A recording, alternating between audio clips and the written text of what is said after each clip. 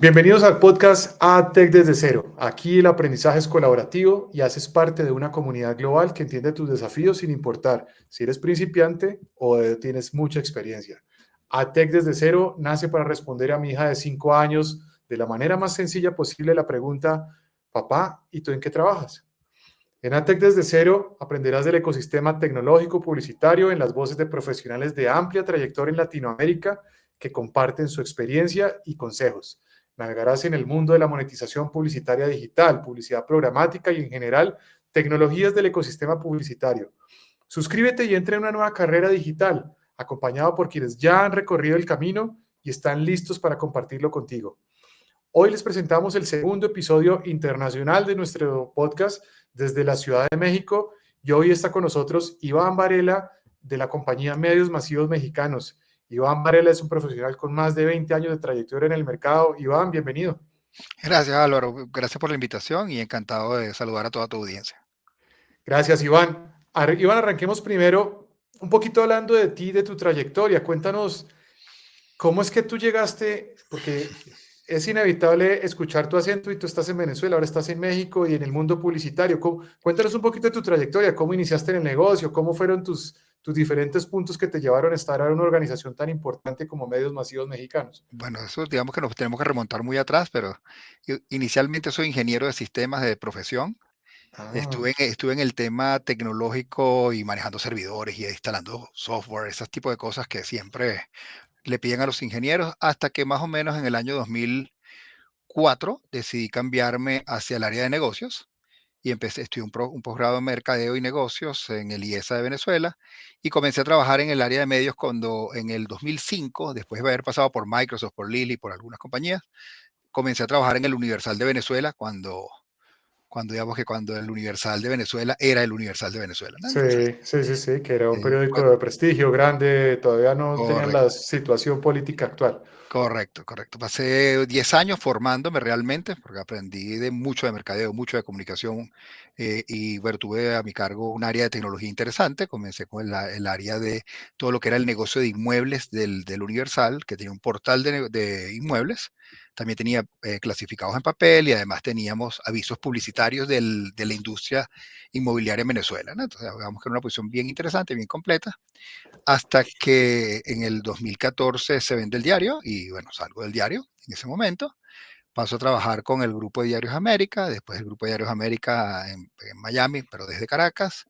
Y en el año 2017 tuve una oferta para trabajar con el diario Extra y Expreso en Guayaquil.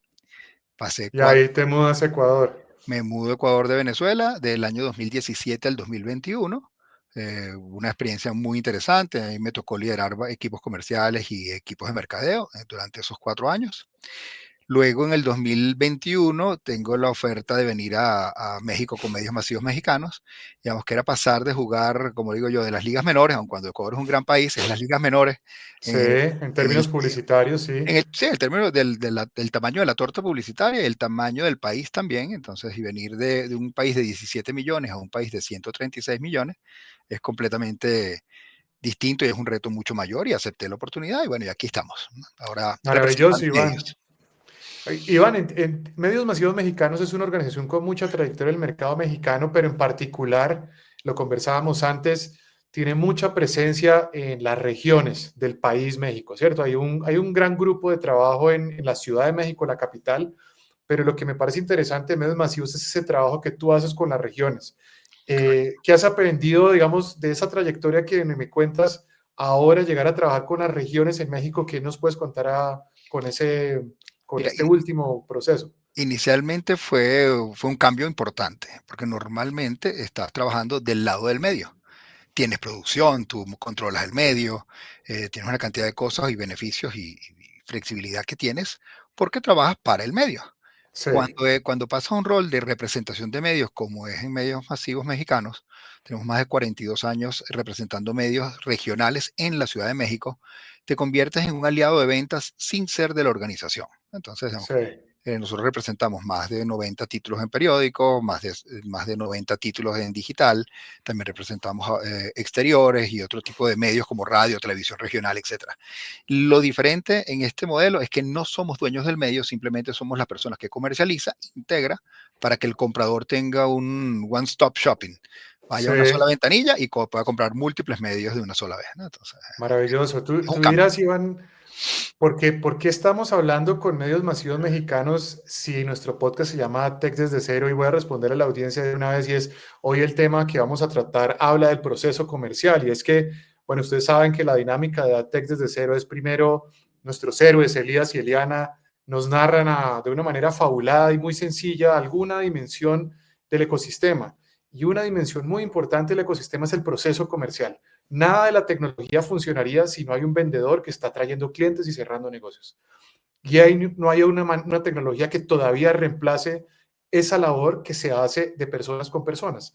Si bien hay tecnologías que permiten la compra automatizada, un porcentaje muy grande de los negocios se hacen face to face. Y aquí es donde la labor de medios masivos, en particular de Iván, se vuelve relevante y con esto iniciamos, Iván. ¿Vender es talento o es proceso? ¿Es Yo creo que, persuadir? ¿Es diagnosticar? ¿Es ah, consultiva? mira, Cuéntanos un poco cómo la ves. hay una frase típica que dice que el vendedor nace y no se hace, pero yo estoy completamente en desacuerdo con esa frase, porque yo soy un vendedor hecho. Digamos, Sí. yo no soy un vendedor nato, sino soy un vendedor que tuvo que formarse mucho, tuvo que aprender a escuchar, tienes que aprender a diagnosticar lo que necesita el cliente y entender bien todo el proceso de venta y lo que el cliente necesita. Y hay veces que no lo vas a poder ayudar, porque simplemente tu producto no se adecua a lo que el cliente necesita, o no tienes la solución para ese cliente en ese momento. Y te toca ir a investigar, revisar y encontrar una nueva propuesta como para así ayudarlo. Digamos que yo parto del punto en que no es, yo prefiero retirarme de una negociación cuando sé que no te puedo ayudar que forzar una venta que al final me va a romper la relación con el cliente o con la persona. Realmente ni siquiera cliente, con la persona. Como dijiste perfectamente, esto es un negocio de personas. Porque hoy represento a una compañía y tú representas a una compañía y el día de mañana nuestros roles pueden cambiar, pero la relación personal que tengamos con cada una de las personas que vamos tocando y vamos conociendo es lo que nos genera una trayectoria y una confianza en el mercado y en la industria. Y bueno, ahorita mencionaste dentro de tu trayectoria que tú no naciste vendedor, sino que te formaste, te hiciste como vendedor. Y te quiero llevar históricamente a ese primer momento donde de verdad dijiste, ok, de aquí para atrás, bueno, es que eso se ve en retrospectiva, pero hubo un momento en donde no eras vendedor, que es un poco como narra la historia de Elías. Elías decía, le decía a su jefe, es que yo no vendo, no, a mí no me ponga a vender, a mí déjeme detrás que yo soy capaz de resolver los problemas, yo le resuelvo lo técnico, yo le acompaño a la gente, pero a mí no me ponga a vender, es que a mí no me gusta vender, yo no trabajo con clientes.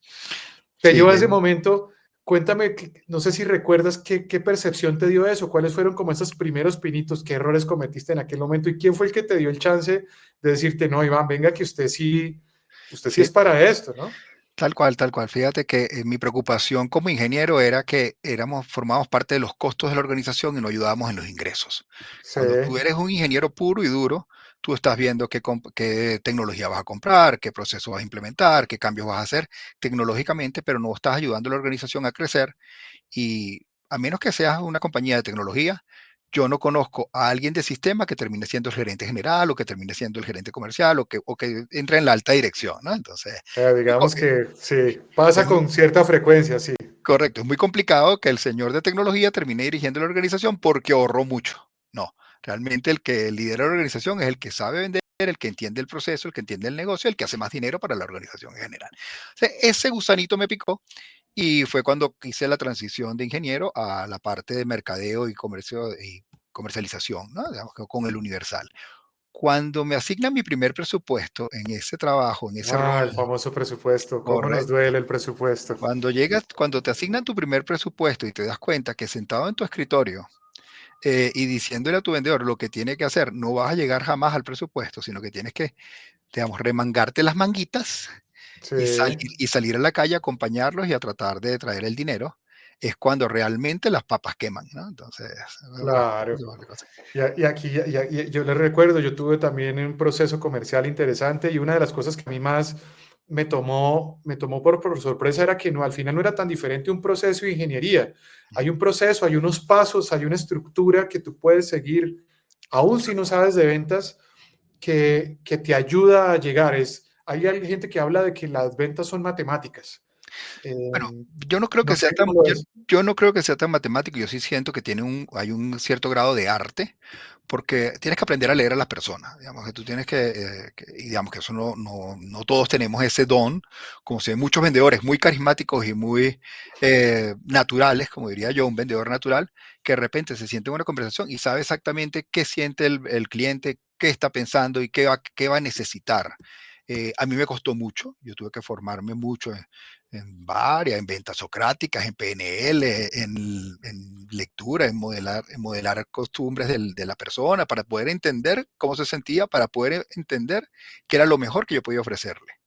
O sea Eh, que Iván, en ese momento casi que tu primer gran reto dentro del proceso comercial fue identificar la necesidad del cliente. O sea, esa primera etapa sí. fue la que más trabajo te costó en ese momento.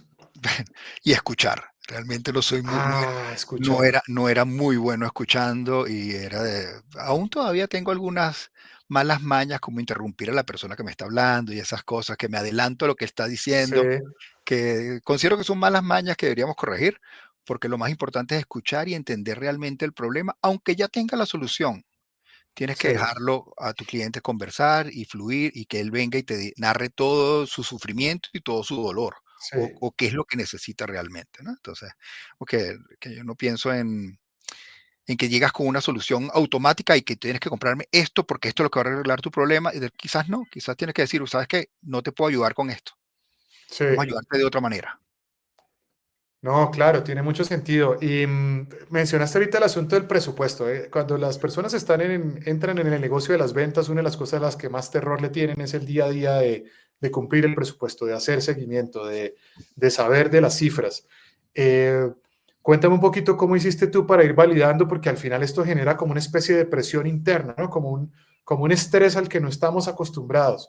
No sé si tienes alguna historia, alguna anécdota que con respecto al presupuesto, compañeros de trabajo o algo por el estilo en estas empresas en las que estuviste que puedas compartir. Mira, muchísimos casos, ¿no? Pero digamos que lo primero es que tú puedes generar tu presupuesto de tu unidad y crees que lo tienes perfecto y que está blindado y que para el año que viene vamos a crecer, no sé, doble dígito y que es una maravilla de presupuesto y está perfecto.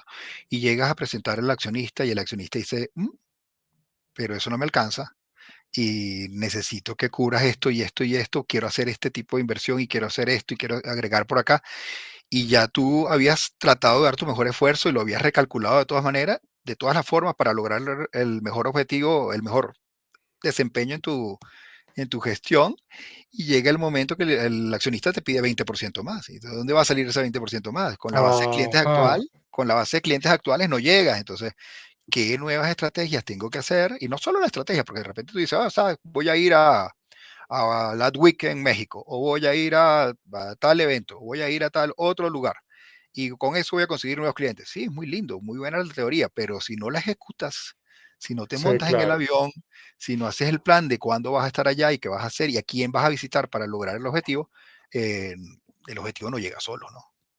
Y estos son el descubrimiento de oportunidades, esa labor, bueno, eso le dicen de muchas maneras, hay gente que le habla hunting, hay veces que le Ujú. dicen llamadas en frío, contactos en frío, asistir a ferias. En Sí, el caso fíjate, tuyo, ¿cuáles son tus armas secretas para descubrir oportunidades y como para irlas desarrollando? Fíjate, yo creo que hay tres tipos de vendedores y no siempre un vendedor tiene las tres cosas, ¿no?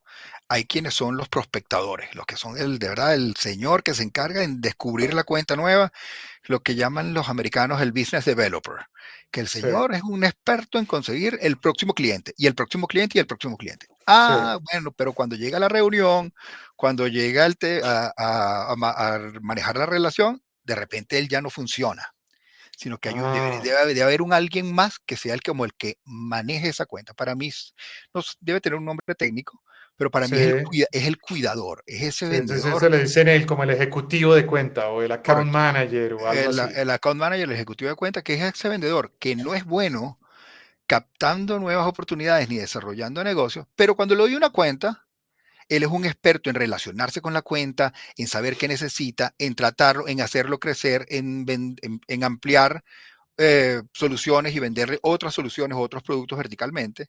Entonces, digamos que ese como para mí es el cuidador, el rol del vendedor Sí, cuidador de esa cuenta. Y luego tienes a un tercer grupo, que para mí es un grupo eh, más natural que formado, que es el cerrador. Es el señor que llega y de verdad, como en el equipo de béisbol, hay un sí, abridor, hay un relevista intermedio que puede ser la comer y después llega el cerrador. El cerrador es el que llega a matar el negocio, cerrar.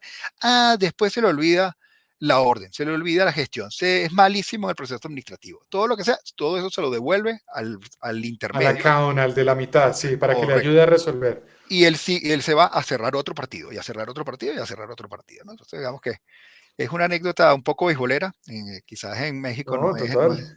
no es muy popular, pero Pero creo bueno, que Latinoamérica completa se entiende bastante claro el concepto del cerrador, sí, porque además es a lo que más temor le tienen las personas cuando se enfrentan en un proceso comercial. Y es, si lo traemos a la vida diaria y un poco al mundo ficticio de Elías, pues eso es a lo que él le tiene pavor. Es un tipo que en realidad es una persona más bien introvertida, es muy analítico, le cuesta impulsar a las personas a que tomen una decisión y al final un proceso de cierre habla de eso, ¿no? Habla de cómo logro que ese interlocutor tome una decisión y al final casi que literalmente firme un papel claro. donde No, ejecute un compromiso, ¿no? Entonces y- se vuelve una presión de ambos lados y es bien difícil de manejarla, no todas las personas son capaces de hacerlo. bueno, y te morirás de la risa, pero habrá muchos jefes que ahora son mis amigos que te dirán que yo era muy tímido. Y sí lo Sí, soy, sí lo fui. O sea, yo era una persona muy, muy, muy, muy tímida. Y cada vez que vamos a hacer algo como esto, una entrevista, lo que sea, tengo que prepararme un rato para adecuarme y ponerme en el rol, ¿no? Digamos que sí, ya estás formado, ya sabes lo que es, cómo se hace y qué tienes que hacer. Eh, pero sí, imagínate, ingeniero del lado de sí, los servidores, del lado del back office, completamente nerd total, sí. eh, casi que ni hablaba con las personas de al lado, ¿no? Entonces, de ahí a un rol comercial donde realmente tienes que poner tu cara y vender y entender lo que el cliente está diciendo, porque eso depende. Tu éxito profesional, ya, digamos No, y que, el de un grupo de trabajo, porque por detrás supuesto, tuyo, al final está un grupo de trabajo que está dándote soporte que depende de que tú cierres o no cierres un negocio. correcto, así es, así es. Iván, te pongo aquí un poco en términos de claves para la audiencia y finalmente el cierre, convengamos los dos que el cierre de una negociación yo sí considero lo que tú mencionabas al inicio, tiene mucho de arte, tiene mucho de entender el momento, pero en particular tiene mucho de no cerrar con presión. O sea, no porque yo llame 10, 15 veces voy a hacer que un cliente tome la decisión. En tu caso, ¿cómo lograste ese balance de cerrar sin presión? ¿Tienes algunas fechas, algunas No, claves, algún indicador que te diga algo que nos pueda servir como para ayudarle a las personas que nos están viendo? mira, yo creo que cada negociación es particularmente diferente. Si nosotros como ventas tenemos unos deadlines que queremos cumplir y para nosotros es la fecha importante. El cliente lo va a comprar en el momento que lo necesita, pero la fecha de cierre para nosotros es mucho más importante que para el cliente, ¿no? Entonces, digamos, hay que tener eso en mente. Y el cliente siempre te va a llamar cuando tú tienes la solución correcta para él. Entonces, si tú lo que estás proponiendo le resuelve el problema, le estás dando un trato justo, estás disponible para él cuando lo necesita y al final tu producto lo va a ayudar, tarde o temprano él va a cerrar contigo. Quizás por unos dólares más, unos dólares menos, pero él va a cerrar contigo. ¿Ok? Y Sí, generalmente no todo es precio, ¿no? Entonces, hay muchas veces que el valor que estás entregando supera el precio tu cotización y hay veces que el valor percibido de tu solución no sí. alcanza. Entonces, ahí es un mix de todo, ¿no? Entonces, para mí, el cierre es un arte. Yo pienso que en la medida que tú entiendes el problema del cliente y te logras poner en su situación y tratas de ayudarlo, eh, el cierre va a llegar tarde o temprano, pero siempre llega, ¿no? Mira, me haces pensar en el pobre de Elías, pues finalmente le toca jugar con la más fea y es, ok, le tocó salir a vender. Empieza a tener el famoso presupuesto, empieza a tener la presión de que si no llega el número del presupuesto, que sí tiene una fecha, que se llama el 30 de cada mes, Ujú. pues no va a comisionar o no va a tener el dinero que él estaba acostumbrando. Entonces empieza a llenar de un estrés, pero se da cuenta que los clientes le responden le responden en el sentido de que les parece interesante lo que les está diciendo, pero llega ese momento de la venta que tú lo debes conocer y es ese silencio. Hay un momento de silencio en el que como vendedor te empiezas a desesperar porque crees que algo malo ocurrió. Y lo que pasa es que hay un momento, hay un lugar de ese momento de silencio en donde si das un paso en falso puedes dañar la relación. ¿Cómo reactivas esa conversación? ¿Cómo logras que el cliente te responda sin dañar el negocio? Porque al final lo que tú dices, si el cliente está pensando que tu solución es adecuada, inevitablemente te va a llamar. Pero en la mitad yo tengo la presión de traer y mantener la conversación, tratar de cerrarlo. ¿Cómo logras ese balance? No sé si tienes algún truco que te haya funcionado para mantener la cuestión activa. Mira, realmente el reactivar un contacto cuando se van al silencio total después de propuesto, negociado, satisfaciste todas las dudas que el señor tenía, Sí, lograste entregar toda la propuesta, hiciste todo a tiempo, no tienes nada pendiente de tu lado. Yo lo veo como relaciones humanas, igual, o sea, sí, hay circunstancias que están ajenas a tu control. Eso es una circunstancia que está ajena a tu control. De repente el señor está en proceso de presupuesto, está realizando un business review para el mes siguiente. Hay cantidad de cosas que no están dentro de tu control y que no estás al cabo de poder saber. Lo mejor que yo hago, la práctica que tomo, es que fijo una fecha. Le digo, oye, ¿sabes qué? Sé que tienes la propuesta, tienes esto. ¿Cuándo quieres que te llame? Te llamo en una semana, en 2 semanas, en 8 días, en 10 días, en 12 días. ¿En cuándo cuándo nos ponemos de acuerdo para hablar de esto? Y ahí, cuando tú preguntas eso, generalmente viene con, uy, disculpa porque estoy en tal cosa, o estoy haciendo tal otra, o estoy en un road trip, o estoy en tal lugar, y gran tra. sí, Sí, en tal momento te respondo. Entonces, ese truco ayuda mucho también para bajar la ansiedad individual, porque el cliente no tiene por qué saber que usted se está muriendo de las ganas de que le respondan. correcto. Pero sí le ayuda a uno a como a maniobrar, ¿no? A entender, no es que haya hecho algo malo. No, y son pensamientos desesperados, ¿no? Porque es como cuando relaciones humanas, o sea, de repente tú, mañana salimos a comer y almorzamos y hablamos de cualquier cosa y yo me quedo con un así, oye, ¿cuándo volveré a hablar? Y pasan 2 semanas y no hablamos y no es porque yo haya hecho algo mal, sino simplemente porque no hay tiempo, porque estoy de viaje, porque puede pasar cualquier cosa. Entonces, son relaciones humanas, hay que acordarse que todo esto es trato entre personas. Sí. Iván, me voy al último lugar y es el pedazo en donde ya el cliente no se enganchó y Ujú, lo único que hace es poner barreras. Digamos que técnicamente eso se llaman objeciones de ventas. ujú. Y hay, como hablas tú de las relaciones humanas, hay objeciones de ventas. Hay gente que te lo dice con claridad, pero en muchas ocasiones el rol del vendedor casi que tiene la responsabilidad de identificar cuál es la verdadera objeción y de alguna manera maniobrarla. No sé, no hay presupuesto. Llámame en 15 días. Mándamelo por email. No, es que déjame pensarlo. Y Bueno, finalmente cosas y cosas y cosas que te las ponen que tú no te puedes quedar. Quiero saber tú cómo manejas esto, qué le dices a tu equipo de trabajo cuando se enfrentan a esta situación, porque para la audiencia y cuando se vayan a enfrentar a esto se van a dar cuenta que es bien frustrante darse cuenta que de pronto, no, aún si quieres, entregas todo, hay una barrera que no logras sortear antes de llegar a ese paso final. Hablemos de objeciones, Iván. pues las objeciones dependen del país donde las mires. ¿Ok? O Por sea, eso digamos te que, lo pregunto, porque asumo que Venezuela es diferente a Ecuador, diferente a México, diferente a las regiones en México. correcto, Venezuela es diferente a Ecuador. Ecuador, Quito es diferente a Guayaquil. En México, las regiones o las negociaciones regionales son diferentes. Las respuestas son diferentes. El ritmo es diferente. A veces, o con mucha frecuencia, me dicen, particularmente los que trabajan muy cercanos a mí, que yo hay veces que hablo venezolano, que hablo muy rápido y trato de puntualizar las cosas y soy Sí, como muy incisivo o muy eh, puntual con el tema. ¿Sabes qué? Dime, sí, no. Entonces, eso a veces en la cultura mexicana no es como muy que agradable. incomoda, como Sí, que incomoda un incomoda, poco. incomoda porque, bueno, así como en Quito y como pasa a veces acá, hay gente que le da pena decirte que no.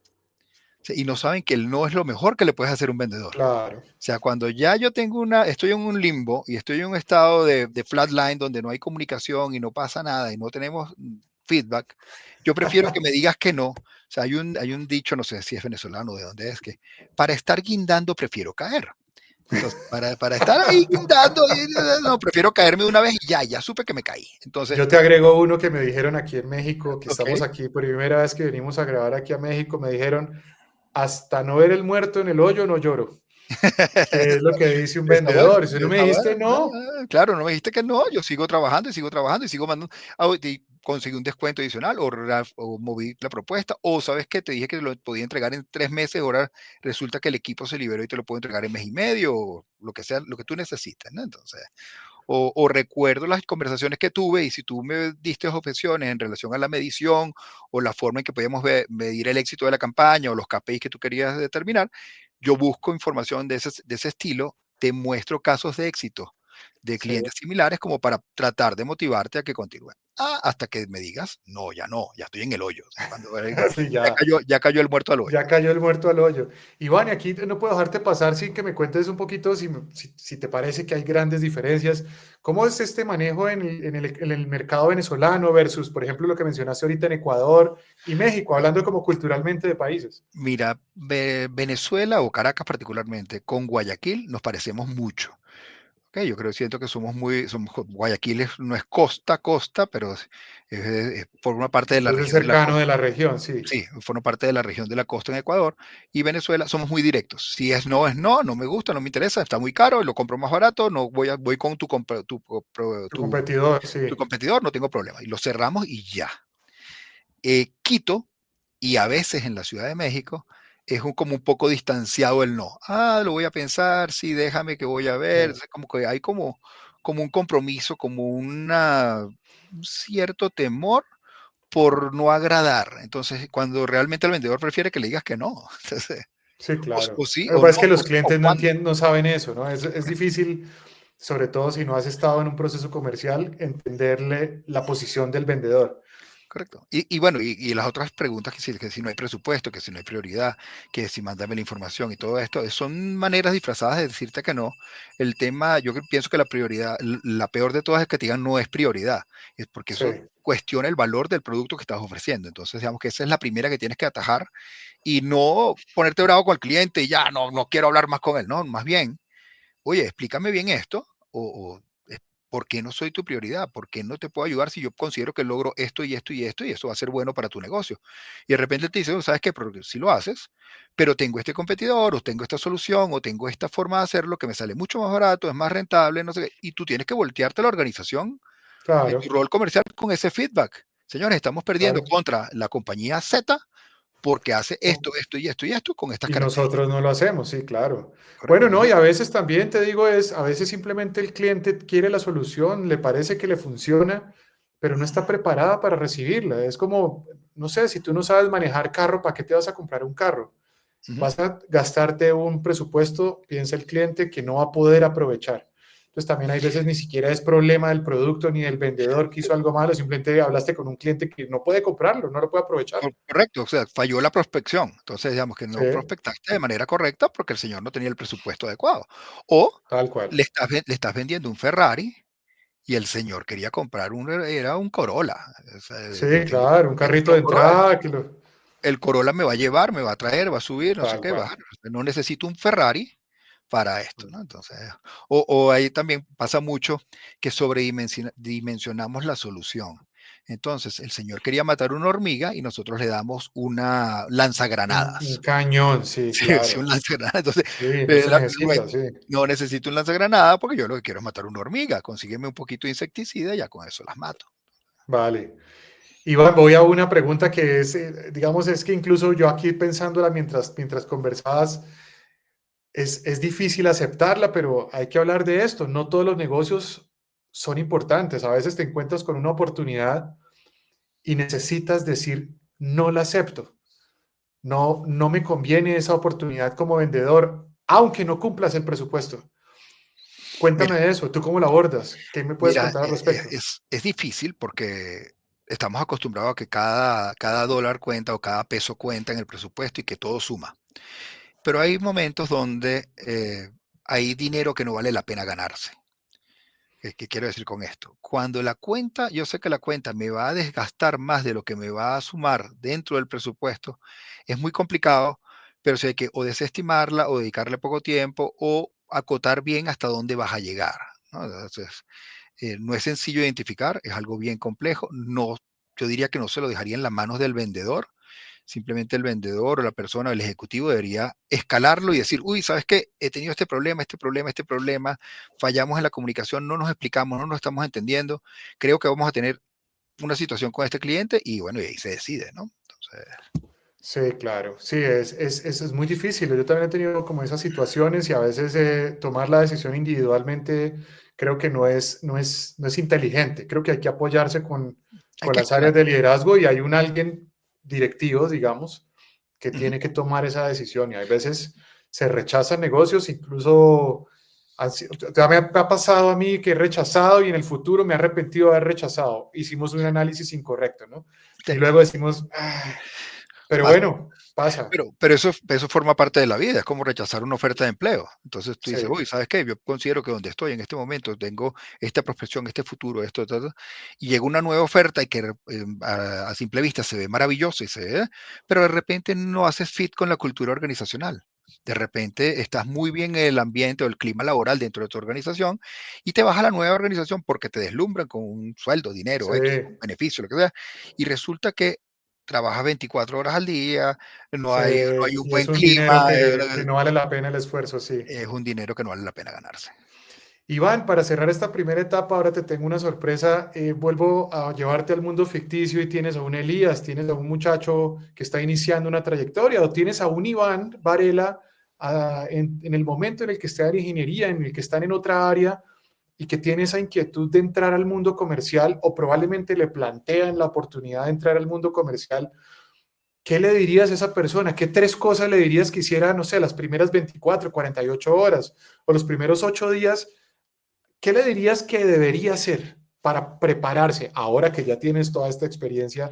Que no lo haga. No, mentira. No, no, no. Mira, escuchar. Yo resumo, yo insisto que esto es un tema de escuchar y hay que aprender a relacionarse con las personas. Hay algo que suena trivial, pero es recordar los nombres. Es muy, muy importante.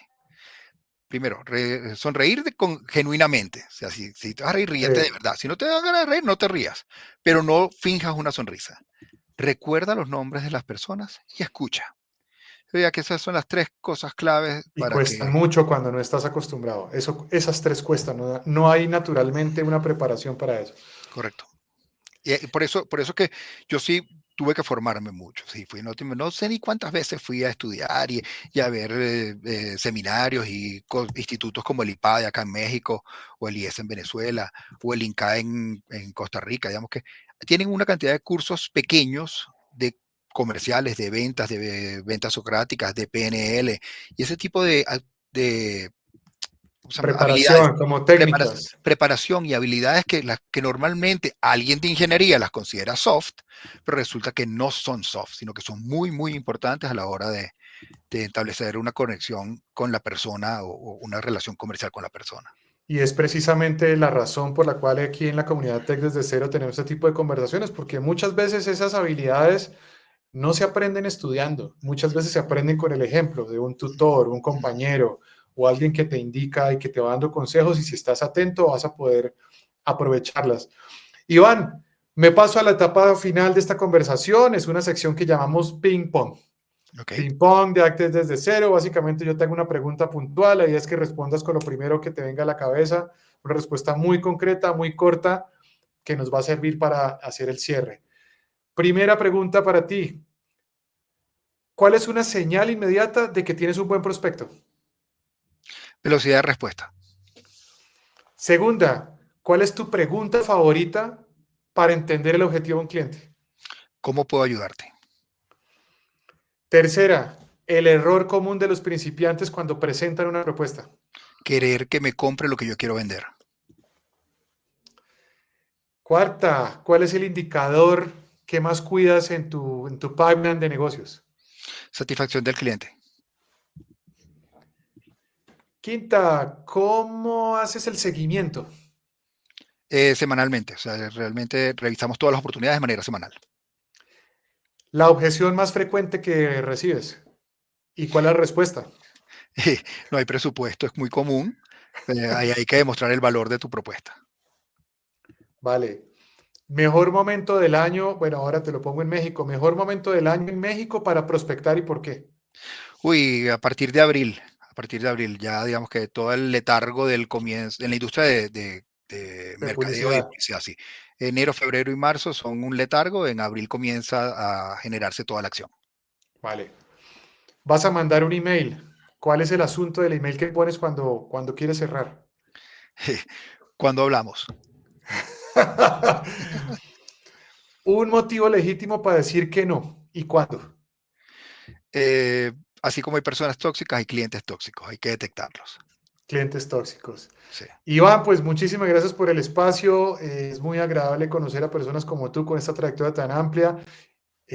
Muchas gracias. No sé si quieres dejar un mensaje a la audiencia final. Gracias a ti, Álvaro, y una sugerencia a las personas que se lanzan al mundo de comercialización nuevas es que no tengan miedo a pedir ayuda. Generalmente los tutores o los mentores o las personas que están un poco más arriba en la organización o que han vivido este tipo de cosas, estamos muy dispuestos a ayudar a cualquiera.